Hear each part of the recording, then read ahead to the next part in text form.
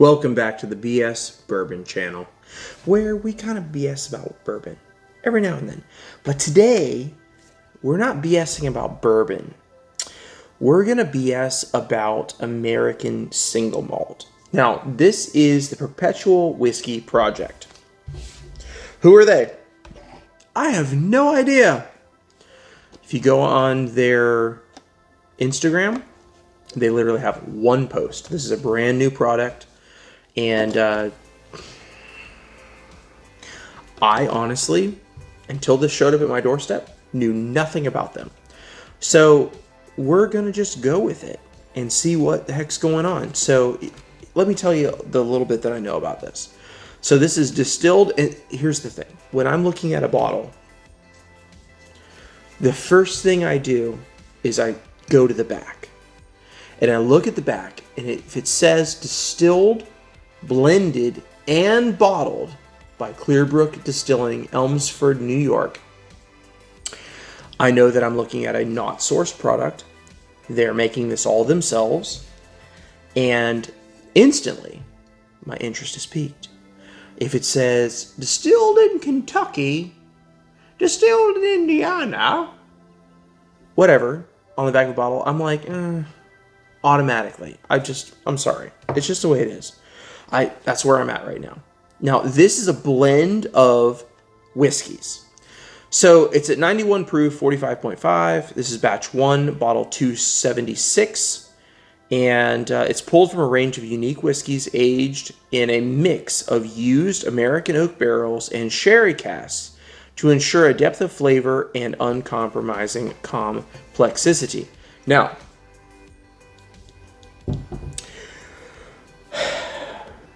this appears to be a blend of 3 different whiskeys. Okay? So, we have a whiskey that was distilled from 100% Pilsner malt barley. Now, this is an American single malt, so it's all going to be barley. Period. That was, 100% Pilsner malt barley that was aged in bourbon barrels.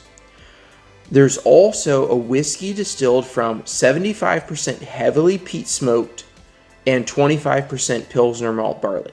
So the same as what was put in the bourbon barrel, plus 75% heavy peat smoked. So they took the barley, smoked it with peat, just 75% of this mash. Then that was aged in a rye barrel, used rye barrel. The used bourbon barrel for the Pilsner malt, used rye barrel for the 75% peat, 25% Pilsner.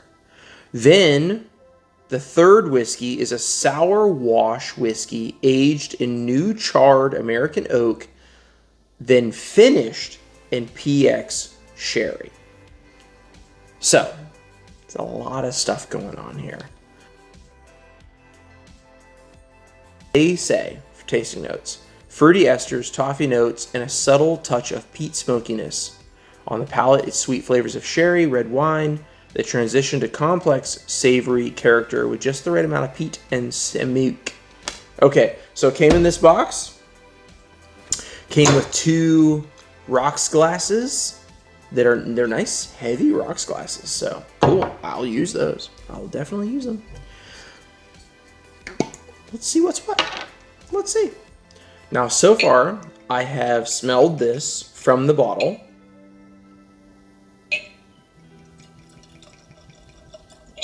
Let's not cheaters. I smelled the cork, like the throat of the bottle, but I haven't tasted this yet. So, let's see what's what. Now, one thing that I don't see anywhere on here or on the card that came with it is any kind of age. There's no age statement whatsoever anywhere in this. Maybe online somewhere. I didn't look past Instagram. So perhaps there is some sort of an age statement. No idea. No idea how long it was finished in sherry. But based on their flavor wheel, I'm expecting a good amount of wine, a good amount of malt, a lot of sweetness, a lot of savory, and a medium amount of smokiness. let's see. Let's see where we're at.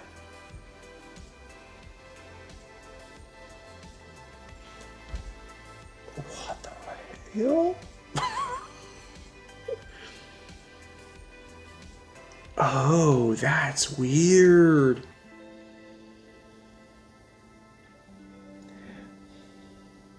I 100% disagree with their flavor wheel.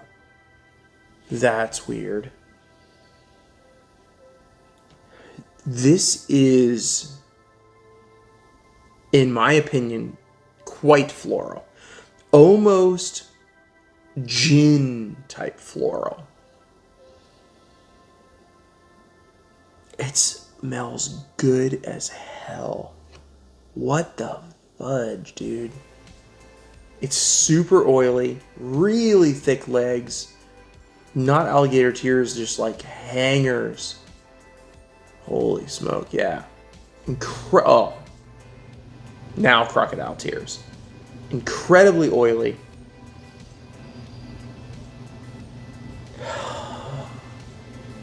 Cinnamon, nutmeg,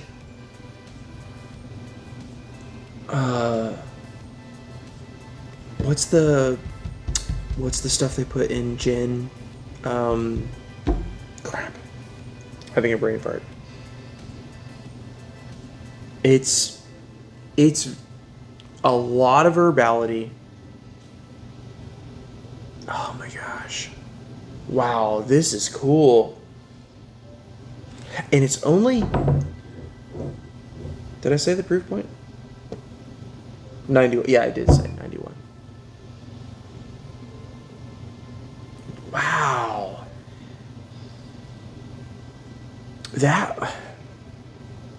That's really cool. It's starting to switch up a little. I'm getting more caramels, a little more vanillas.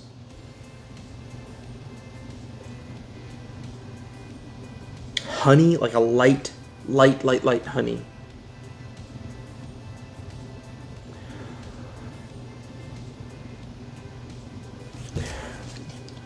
Maybe what I'm smelling is what they're calling fruity esters. I could get toffee, but it's got to be like an herbal toffee. And the smokiness, it's really weird. So, 25% of this blend, I didn't say this earlier because I'm dumb. The bourbon barrel finish, or aged, was 60% of the blend. The rye barrel, which had the peat in it, the 75% peat, was 25% of the blend. The sherry finish is 15% of the blend. I get all the sweetness. I get the nice, pretty sherry. The peat really does come across as an accent flavor. It doesn't come across as like a full peat experience, because I have a lot of peated whiskey. I'm experienced enough with peat. This comes across because of this blend, I think, is what's going on here. The peat is coming across more like an herbal or aromatics that would be in like a gin to me. Because I'm not a big fan of gin, but I've had a few recently that I really liked. Tasted a few. I tasted one from Castle and Key that was so good. And this kind of reminds me of that fresh aromaticness of a gin. All right, enough about the nose. Let's taste. Let's taste this.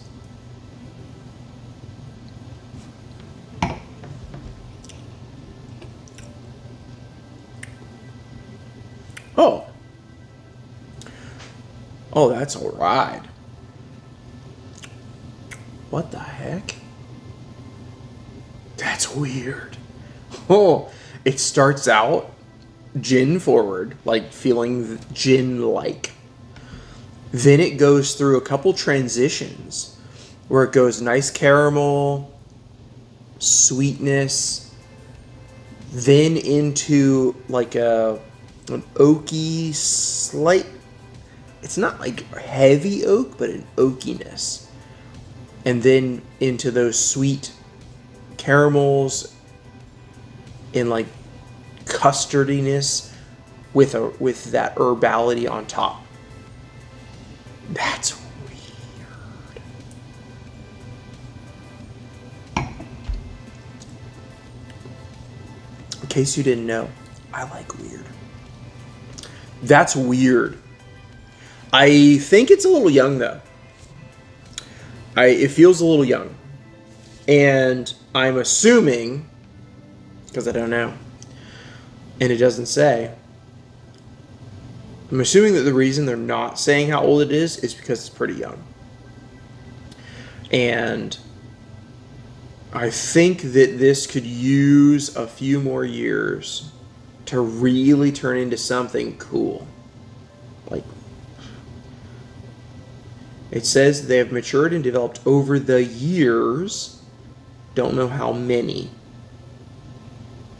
That's one thing that they should have added to this bottle, or to the paperwork. They should have put on here each of these 3 different whiskeys that they blended, how old they were. Just so we know. Like, you know. When you made this, you knew how old these were when you blended them. So just put the information on there. I don't care.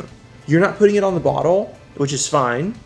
So, because obviously you have to go with the lowest age state of any of the whiskeys in the bottle.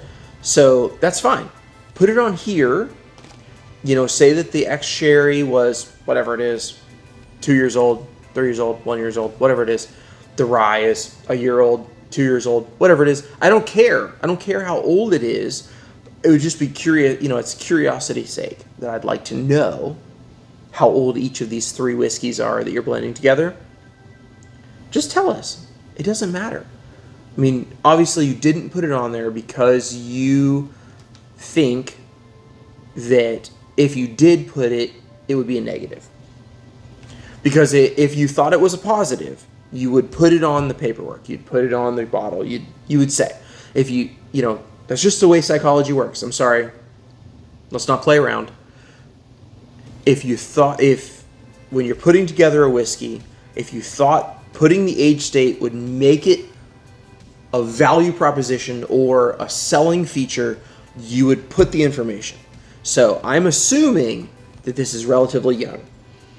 And my sense that it's relatively young overall. But it's really cool, and I'm really excited to see what this could be in the future.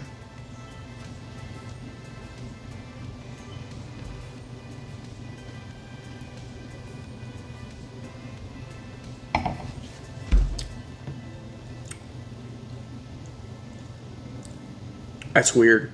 That's weird AF. If you like weird AF, like me, you might like a bottle. I have no idea what these retail for. I don't even know if these are available yet, seeing as they literally only have one post on their Instagram. So this may be a very new product just coming out. It's weird. If you like gin, you will probably like this. It leans that way. But man, I can't get over the oiliness. It's just streaking down the glass. Wow. That's really cool. It's really cool. It's a really cool blend. It's a really cool concept.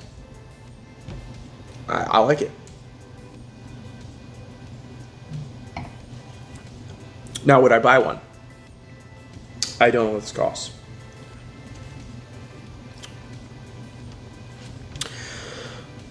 So, if I had to put a price on it, what I would pay for this.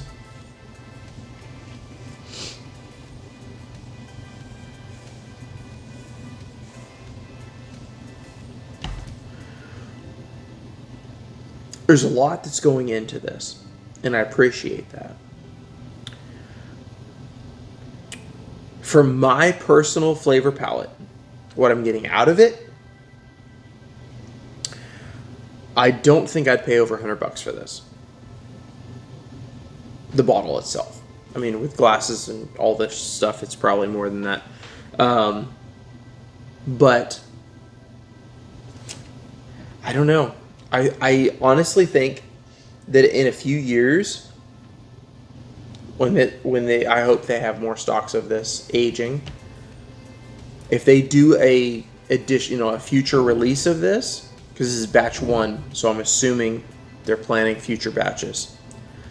I think this is going to get better. And as interesting and weird as it is now, I think it could be amazing. I think this could be amazing. But I think it needs more time.